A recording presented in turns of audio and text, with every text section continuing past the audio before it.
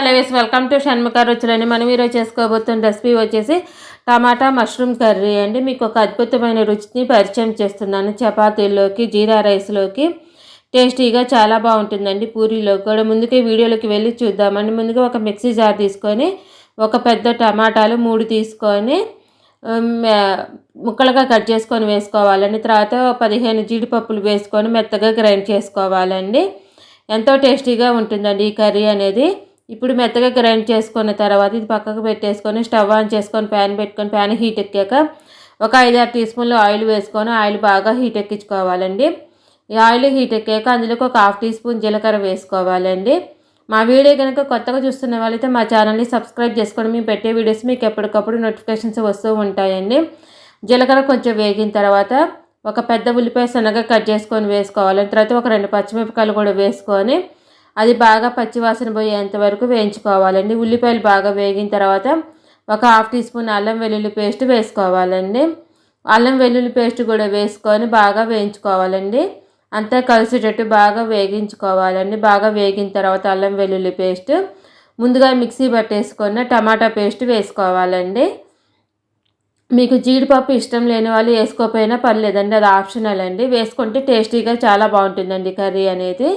ఇప్పుడు అంతా వేసి అంతా బాగా వేయించుకోవాలండి. బాగా పచ్చివాసన పోయేంత వరకు ఒక 5-6 నిమిషాలు బాగా వేయించుకోవాలండి. ఒక 5-6 నిమిషాలు బాగా వేగిన తర్వాత ఇప్పుడు మసాలాలు వేసుకోవాలండి. కాశ్మీరీ రెడ్ చిల్లీ పౌడర్ ఒక 2 టీ స్పూన్లు వేసుకోవాలి. తర్వాత 1 టీ స్పూన్ ధనియాల పొడి, ఒక 1/2 టీ స్పూన్ గరం మసాలా వేసుకోవాలండి. పెద్ద స్పూన్ అయితేనే, చిన్న స్పూన్ అయితే 1/2 టీ స్పూన్ వేసుకోండి. తర్వాత ఘాటుగల కారం ఒక 1/2 టీ స్పూన్ వేసుకోవాలి. తర్వాత తగినంత ఉప్పు వేసుకోవాలి.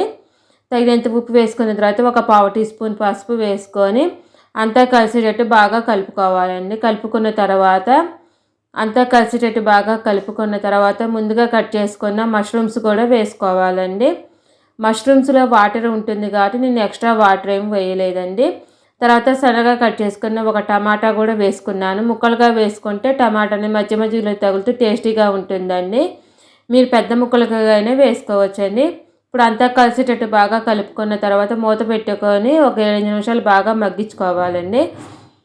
7 నిమిషాల తర్వాత మూత తీసుకొని ఆయిల్ పైకి తేలుతుందండి. తర్వాత అంతా ఒకసారి బాగా కలుపుకోవాలి. కలిపేసుకున్న తర్వాత కొంచెం కొత్తిమీర వేసుకోవాలండి. కొంచెం కొత్తిమీర కూడా వేసుకొని అంతా బాగా కలుపుకోవాలండి. కొంచెం కొత్తిమీర వేసుకొని అంతా కలిసేటట్టు బాగా కలుపుకొని ఒక బౌల్లో తీసుకోవాలండి. ఎంతో టేస్టీగా ఉండే కర్రీ చపాతీల్లోకి చాలా చాలా టేస్టీగా ఉంటుందండి. లెమన్ పిండుకొని తింటేను మీ ఫ్లేవర్ రైస్లోకైనా తినొచ్చండి, ఏ ఫ్లేవర్ రైస్లోకైనా.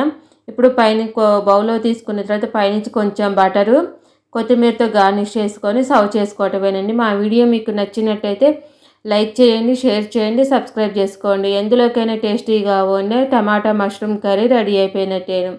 మా వీడియో మీకు నచ్చినట్లయితే లైక్ చేయండి, షేర్ చేయండి, సబ్స్క్రైబ్ చేసుకోండి. Thank you for watching.